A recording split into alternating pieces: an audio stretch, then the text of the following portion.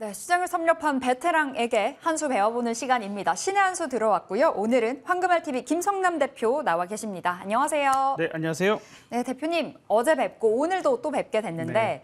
어제와는 시장의 분위기가 사뭇 다릅니다. 일단 간밤 뉴욕 증시가 개장하고 나서부터 계속해서 빠졌음에도 불구하고 오늘 국내 증시가 생각보다 좋아서요. 오늘 장 어떻게 바라보세요? 네, 사실 어제 우리 너무 걱정하지 말자라고 얘기를 좀 드렸죠. 추세가 깨져 있는 거 아니고 또 다우 그다음에 우리나라 코스피 같은 경우에는 이제 추세대를 벗겨내고 아직 다시 하단까지 내려오지 않은 상태예요.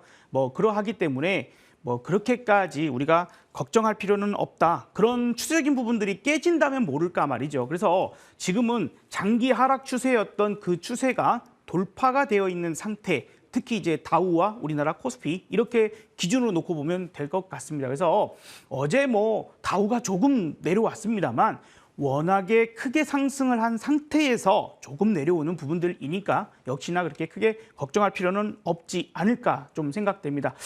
반면에 어쨌든 오늘도 차트 보면서도 좀 설명드리겠습니다만 그러한 추세대 안으로 들어오게 된다면 이거 상승 추세보다는 횡보로 좀 가는구나. 하락 추세는 이제 좀 당분간은 안 보일 것 같아요. 그래서 원체 크게 올라왔으니까 조정도 조금은 받을 수 있겠지만은 그거에 대한 부분들을 충분히 이 시간 어쨌든 저의 의견들을 조금 주의 있게 보신 분들이라면 현금도 조금은 갖고 계실 것 같고 그런 부분들이라면 충분히 새롭게 다시 치고 나가는 주도주군들에서 수익적인 부분들 만들어낼 수 있지 않을까 싶습니다. 사실 지금 중국 시장에 대한 우려감들, 중국인들이 상당히 많이 지금 시위에 동참하고 있고 사실 그렇지 않습니까? 여러분들 동막골 웰컴 투 동막골인가요? 웰컴 투 동막골에서 북한군 장교로 그 배우분 성함이 뭐였더라? 어쨌든 그분이 이장님한테 물어보죠. 당신의 리더십이 어떻게 되느냐? 어떻게 이 마을 주민들이 당신의 말을 그렇게 잘 따르냐? 그랬더니 그 이장님이 이렇게 얘기하잖아요. 잘 미개야지. 많이 미개야지. 그죠? 근데 지금 중국에서 봉쇄를 시켜놓고 먹을 것조차도 주지 않는 겁니다. 그러니까 내가 당장 죽게 생겼는데 어떻게 해요? 우리 아이가 당장 아파서 병원에 가지 않으면 죽을 것 같아요. 근데 실제로 아이들이 사망 사고까지 일어났단 말이에요. 더 이상 참을 수 있는 상태가 아닌 거죠. 그래서 원래는 지금 우리가 시진핑 3기가 확정이 되어 있고 시작을 한 거 아닙니다. 그래서 내년 3월쯤에나 이 봉쇄가 확실하게 풀리지 않을까 예상들을 많이 하고 있고 또 외신 쪽에서도 4월로 예상하기도 합니다. 골드만삭스 같은 경우 말이죠. 그런 부분들인데 이게 너무 이거 계속 누를 수 없어. 이거 정말 잘못하다가는 과거의 큰 사태들처럼 크게 번지는 사항들이 나올지도 모르겠는데 이런 이제 문제가 좀 나타나기 시작한다면 아무래도 봉쇄를 풀어주는 그런 부분들 혹은 강도를 좀 낮춰놓는 이런 것들도 생각을 해볼 필요가 있어요. 심지어 지금 예를 들어서 베이징에서 상해까지 이렇게 이동을 하잖아요. 그러면 다시 가려면 PCR 검사를 하고 검사 결과가 나와서 허가증이 짠 하고 떠야만 갈 수 있는데 그것보다 차라리 거기에서 상해에서 대한민국으로 들어왔다가 다시 들어가서 하는 게 더 빠르다고 얘기할 정도로 엉망이었던 거이죠. 그래서 그러한 이제 그 부분들에 대한 어떤 그 불만 표출 부분들이 과격하게 심각하게 좀 나타나고 있는 상황이니까요. 그들의 입에서 시진핑 물러가라, 공산당 물러가라는 얘기까지 나왔을 정도니 그러면 우리는 이제 이런 생각을 해볼 필요가 있어요. 그래 만약 어쨌든 미국에서는 미국 기업들이 제품 생산에 특히 애플 같은 경우 말이죠. 제품 생산에 차질이 생기니까 빠졌다고 볼 수 있어요. 그런데 우리나라 입장에서는 어떨까요? 반면에 생각해서 이거 미국의 봉쇄가 빨리 풀리는 상황이 된다면 그러면 어때요? 중국 소비주들이 이제 좀 숨통 좀 트일 수도 있겠구나 생각할 수 있겠죠. 왜? 우리나라는 수출 국가이고 가장 많은 수출이 중국으로 나오고 있기 때문이죠. 그래서 오늘 특징적으로 지금 중국 소비 관련주들이 강세를 나타내기도 합니다. 그죠? 화장품도 나름 괜찮은 모습이고 카지노, 그다음에 엔터, 여행 어쨌든 관련되어 있어서 중국이 풀어난다면 된다. 이런 얘기입니다. 자, 다시 살짝 틀어서 다시 조금 얘기를 해본다면요. 이거 한번 생각해 볼까요? 자, 이제 내일 밤 파월 연준 의장이 연설을 한다고 합니다. 자, 중요할까요? 제가 보기엔 중요하지 않을 것 같아요. 이미 시장이 반영할 만큼 다 반영했고 어제 말씀드렸던 것처럼 금리 인상 속도만 조절되면 되지 않아? 이렇게 얘기를 하고 있는 거고 어제 뉴욕 연은 총재였을까요? 그분도 12월에는 50bp 인상이 아마 부인하진 않겠다. 뭐 이런 얘기였죠. 그랬으니까 원하는 거는 일단 나와요. 근데 이미 선반영해서 올랐다는 게 문제이고 그렇기 때문에 이번 주 말에 있을 고용 보고서에서 그 상황이 그죠? 경기 침체에 가는 지표 중에서 거의 마지막에 나오는 게 고용 지표입니다. 고용 지표까지 완벽하게 꺾이면 우리가 이건 진짜 경기 침체가 확실하게 오는 거구나 이렇게 생각할 수 있거든요. 그렇다라고 하면 금리 인상 속도는 확실하게 조절이 되는 부분들은 있을 겁니다. 뭐 어쨌든 내년에 좀 높은 상태가 계속 유지는 되겠지만 말이죠. 자, 그런 상태에서 우리는 힌트를 얻으면 돼요. 제가 여러분들한테 정부 지출 관련된 그러니까 경기 침체가 오면 어떻게 된다 그랬죠? 민간의 소비가 줄어요. 지금 정부 지출, 그다음에 민간 지출, 민간 소비 뭐 이렇게 표현할 수 있는 이 부분들이 뭐 평소에는 민간 쪽이 컸다라고 하면 우리가 민간 소비 관련되어 있는 종목군들에 투자를 하면 됩니다. 그런데 경기 침체가 온대요. 그러면 민간 소비가 줄겠죠. 상대적으로 정부 지출이 부각될 수 있어라는 부분들에서 여러분들한테 현대로템이라는 종목, 방산주나 혹은 이런 부분들에 대해서 얘기를 드렸던 포인트이고요. 두 번째, 자, 경기 침체가 전 세계적으로 부르닥칠 수 있겠죠? 근데 만약에 그게 언제쯤이라고 생각하죠, 여러분들? 내년 초 정도로 많이들 얘기를 하고 있어요. 내년 상반기 뭐 이렇게. 그런데 우리나라라면 중국의 봉쇄가 때마침 풀려준다면 말이죠. 내년에 꼽히기 전에 풀려준다라고 하면 우리는 조금 안 좋아도 다른 나라들에 비해서 다른 시장에 비해서는 조금은 편하게 넘어갈 수도 있는 그런 포인트도 한 번 정도는 생각을 해볼 필요가 있을 겁니다. 물론 뭐 12월, 1월, 2월, 뭐 한 3월 정도 이렇게 좀 시간을 텀을 둘 수도 있기 때문에 한번 생각해야 되겠지만 주가라고 하는 것은 어때요? 이미 화장품주 쭉 한 단계 레벨업 했습니다. 그죠? 그러다가 지금 레벨업을 또 한 번 하려고 노력을 하고 있거나 그다음에 면세점 관련주랄지 뭐 이런 것들도 마찬가지지 않습니까? 그래서 우리가 주가는 항상 3개월에서 길게는 6개월까지도 빠르면 6개월까지도 먼저 선행한다라는 사실들을 잊으면 안 되겠습니다. 자, 차트 보면서 잠깐 아주 간략하게만 좀 설명을 드려보도록 할게요. 자, 지금 보시는 거는 다우입니다. 뭐 어저께 설명을 드렸으니까 더 크게 설명드리기보다는 이거 그냥 잊지 말자 이거예요. 요 추세, 그죠? 길게 하락 추세였던 추세를 올려내고 지금 그 진폭이 매우 컸습니다. 이 정도 올랐는데 이 정도 못 떨어지겠습니까?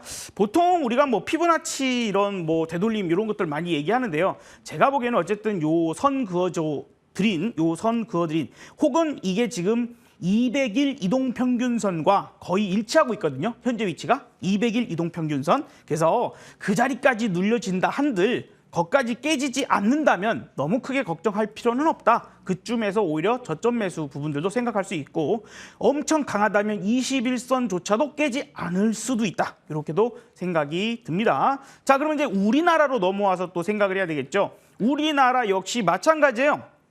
우리나라 이제 코스피가 또 원체 강하다 보니까 위에서부터 추세로 쭉 갔던 것이 지금 돌파가 되어 있죠. 근데 우리가 어쨌든 미국보다는 조금 약했습니다. 조정이 조금 더 깊게 들어왔죠. 그러하다 보니까 어쨌든 기준은 미국 다우 지수를 좀 보면 될 것 같고요. 우리나라 지금 현재 그런 부분들에서 지지 테스트 사실 요거 약간 선이 조금 위로 좀 그어졌는데 120일 이동평균선 정도 조금 낮춰서요. 그 정도로 여러분들도 생각하고 계시면 거기 깨지지 않으면 그걸 그렇게까지 크게 걱정할 필요는 있을까? 아직은 시장이 원하는 것들을 지금 다 내어주고 있는 상황이니 FMC 거기에서 이제 시장이 원했던 대로 먼저 선반영해서 0.5% 뭐 금리 인상 정도까지만 봐주면서 그러면 이제 차익 실현 매물이 좀 나올 수 있어요. 그 이후에 어떤 이제 경기 침체 부분들의 포인트로 가게 된다면 그때 가서 우리는 정부 지출 관련된 종목군들로 조금 더 이동을 하거나 아니면 잠깐 좀 쉬었다가 가보거나 혹은 중국 소비주들 쪽으로 우리가 갈아타기 부분들을 생각하면 좋을 것 같습니다. 자, 그래서 오늘이 어찌 보면 그러한 것들을 보여줄 수 있는 힌트의 장이지 않을까 하는 생각도 드니까 한 번 정도 너무 아직까지는 크게 염려하기보다는 조금은 편안하게 아이디어를 중국에서 뭐 너무너무 시위가 더 심해지다고 그러면 봉쇄가 좀 빨리 풀린다고 그러면 우리는 어떻게 하지? 라는 생각을 하면 좋겠고 오히려 우리는 그런 부분의 경기 침체에 대한 우려감을 덜어줄지도 몰라 하는 생각도 한번 하셨으면 좋겠습니다. 중국 소비주에 좀 포커스 맞춰주셨는데 실제로 오늘장 특징주 중국 소비주 되겠습니다. 정말 강하게 튀어 올라가고 있고 뭐 실적이 찍히는 카지노 혹은 여행이나 항공 쪽도 이슈와 함께 올라가고 있고요. 그럼 우리 대표님께서는 중국 소비주 안에서 어떤 종목 바라보세요? 네, 오늘 이제 말씀하신 대로 그런 종목군들이 움직임이 좋아요. 뭐 카지노나 이런 것들은 또 전통적으로 연말쯤 되면 배당주로서 또 부각되기도 했는데 우리나라가 다른 나라에 비해서 좀 배당도 적게 주고 뭐 이러다 보니까 배당 확대, 뭐 주주 환원 정책 이런 것들도 하겠다고 하니까 더더욱 부각도 되고 있는 것 같습니다. 자, 그래서 좀 생각을 해보면 화장품도 있고 우리가 소비를 많이 한다라고 한다면 아무래도 면세점, 해외여행 뭐 이런 포인트들 많이 봐야 되지 않을까요? 이렇게 생각이 듭니다. 그래서 오늘은 호텔 신라를 가져왔습니다. 제가 제 개인 방송국에서 출발할 때만 해도 아직 뭐 그렇게 올라가지도 않았고 마이너스에 있기도 했는데 지금 얘도 원체 시장이 조금씩 힘을 내기 시작하니까 벌써 조금씩 상승세를 만들고 있네요. 자, 이제 이걸 좀 보면요. 지금 여러분들 최근에 홈쇼핑 좀 보세요. 홈쇼핑 한 번씩 저녁이나 밤이나 이렇게 봐보면 유럽 여행, 일본 여행 이런 거 많이 상품 하거든요. 그래서 그만큼 여행객의 수요가 상당히 많이 늘었다. 그리고 이제 해외에서도 우리나라를 찾아주는 그런 관광객도 늘어나고 있는 그런 추세인 것 같아요. 인천공항 기준에서 여객이 2019년 대비해서 지금 20년과 21년, 2년 동안 4% 수준밖에 안 됐던 것이 뭐 코로나 때문에 완전히 막혔으니까요. 22년 7월 달에는 28.1%, 그다음에 8월 달에는 30.7%, 그다음에 9월에는 33.4%로 계속해서 증가세를 보여주고 있습니다. 이제 이런 수치적인 것들을 우리가 좀 믿어야 될 필요가 좀 있겠죠. 자, 그리고 앞서서 말씀드렸던 것처럼 중국의 봉쇄가 풀려지는 그 기대감들이 주가는 먼저 반응을 하잖아요. 그래서 그 기대감들로 상승에 대한 부분들이 만들어질 수 있다면 아무래도 면세 시장, 우리 면세 관련 사업을 하고 있는 업체들한테는 상당히 좀 호재적인 부분이 될 수 있지 않을까 생각됩니다. 마지막으로 그 호텔 사업부가 좀 많이 지지부진했죠. 아무래도 이제 호텔신라 같으면 지금 외국인 관광객들이 정말 많이 찾는 그런 곳이기도 한데 팬데믹 기간 동안에요. 뭐 나름대로 수익성 개선 작업이 많이 이루어졌다라고 봐야 될 것 같습니다. 국내 이용객들이 상당히 많이 늘어나는 그런 추세였거든요. 그래서 지금 내년에는 아마도 외국인 관광객이 많이 늘어날 거라고 한다면 지금 상황이 좀 더 나아지지 않을까 생각됩니다. 자, 이제 우리 매매 포인트 보죠. 우리 이제 강력한 상승을 한번 했어요. 뭐 안 좋다고 그러더니 쭉 빠졌지만 결국에는 힘차게 오르고 눌림목 주는데 어제 20일 이동 평균선에 딱 터치를 해줍니다. 사실 어제 저 고민 많이 했어요. 아, 이거 카카오를 갈까? 호텔신라를 갈까? LG생활건강을 갈까? 뭐 다들 20선을 어제 딱 터치하는 그런 순간들이었거든요. 그러니까 이런 자리가 의미가 있는, 뭐 우리가 좀 작은 종목 같으면 안 될 수도 있는데 큰 종목들은 이런 의미 있는 구간입니다. 뭐 아까는 뭐 7만 원 될까 말까 막 이랬었는데 지금은 또 조금 올라왔네요. 어쨌든 눌러준다라면 요 현재가부터 7만 원 살짝 깨지는 그런 구간까지도 매수 포인트를 조금씩 접근해 나가면 어떨까 좀 생각이 듭니다. 그래서 매수가는 한 6만 9천 원까지 좀 분할적으로 보고요. 만약에 올라가게 된다면 이제 제가 이야기 드렸던 그 포인트가 적중을 한다면 아마 짧게 올라가고 끝나지 아니하고 조금은 긴 호흡의 상승을 할 수도 있지 않을까. 그렇게 본다면 지금 우리가 한 4월 정도의 고점이 한번 만들어졌는데 그 고점 정도, 그죠? 한번 쭉 올랐다가 고점 찍고 내려왔던 그 고점 정도가 8만 5천 원 정도 되거든요. 그래서 그 정도 구간까지 목표가를 한번 잡아보고 싶습니다. 이걸 뭐 몇 년씩 들고 가자 이런 거 아니에요. 그런 포인트고, 손절은 만약에 우리가 예상하지 못했던 혹은 뭐 뭔가가 있죠. 뭔가가 우리가 예상하지 못하는 상황으로 이전과 같은 폭락이 들어오게 된다면 아마 못 버티고 깨질 텐데 그런 기준에서 6만 5천 원 손절가를 제시해 드리도록 하겠습니다. 예, 오늘 중국 소비주에 집중을 해주셨습니다. 그 안에서 호텔 신라를 받았고요. 목표가는 85,000원, 손절가 65,000원 흐름 놓고 체크해 보시기 바라겠습니다. 자, 대표님, 우리 AS 있는데요. 현대로템입니다. 오늘 정말 시세 잘 나오네요. 수익률 이미 26% 넘긴 상황이고요.